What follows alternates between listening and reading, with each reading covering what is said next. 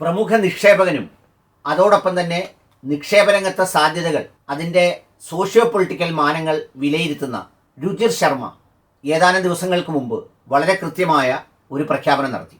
ആ പ്രഖ്യാപനം മറ്റൊന്നുമല്ല, 2024 തിരഞ്ഞെടുപ്പിൽ BJP നേതൃത്വം നൽകുന്ന NDA മുന്നണിക്ക് കനത്ത തിരിച്ചടിയുണ്ടാവും.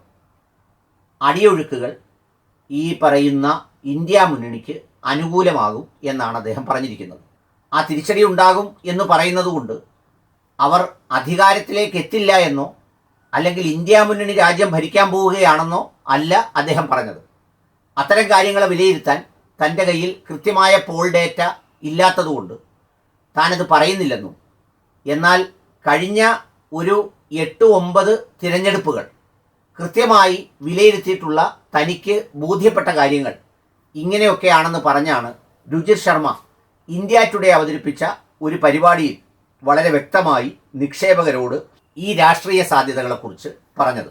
അദ്ദേഹം 4 സംസ്ഥാനങ്ങളിൽ, അതായത് UP, ബീഹാർ, ആന്ധ്ര, മഹാരാഷ്ട്ര, ഈ 4 സംസ്ഥാനങ്ങളിൽ വളരെ ദീർഘനാൾ, ഏതാണ്ട് ഒരു 6 മാസക്കാലത്തോളം സഞ്ചരിച്ചിരുന്നുവെന്നും അങ്ങനെ സഞ്ചരിച്ച് മനസ്സിലാക്കിയ സംഗതികളിൽ നിന്നും ഈ തിരഞ്ഞെടുപ്പ് പ്രഖ്യാപിക്കുമ്പോഴുണ്ടാകുന്ന സാഹചര്യങ്ങൾ അത് വളരെ ഗണ്യമായ രീതിയിൽ മാറ്റപ്പെട്ടുവെന്നും ജനങ്ങൾക്കിടയിൽ BJP നേതൃത്വം നൽകുന്ന NDA മുന്നണിക്കെതിരെ ഒരു അസ്വസ്ഥത രൂപപ്പെട്ടിട്ടുണ്ടെന്നും അതുകൊണ്ട് തന്നെ തനിച്ചു ഭൂരിപക്ഷമോ കേവല ഭൂരിപക്ഷമോ ഒരിക്കലും അവർക്ക് കിട്ടില്ലെന്നും 400 പാർ എന്ന് പറയുന്നത് വെറും സ്വപ്നമാണെന്നും 250 സീറ്റിൽ താഴെയായിരിക്കും BJPക്ക് ലഭിക്കുക എന്ന തരത്തിലേക്കുമാണ് അദ്ദേഹം സൂചിപ്പിച്ചിട്ടുള്ളത്.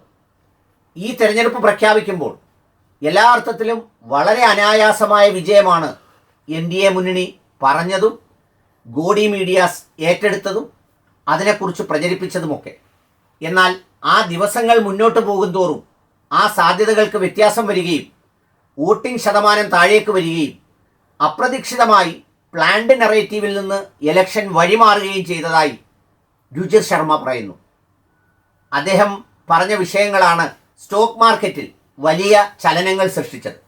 എൻ്റെ ചില സുഹൃത്തുക്കളും നമ്മളിതൊക്കെ പറയുന്നത് കൊണ്ട് വിളിച്ച് ചോദിച്ചു, ഗവൺമെൻറ് അധികാരത്തിൽ വരുമോ ഇല്ലയോ, എന്താണ് അഭിപ്രായം, എല്ലാം ഇക്ക നോക്കുന്നത് കൊണ്ട് വിളിച്ചതാണെന്നൊക്കെ പറഞ്ഞു.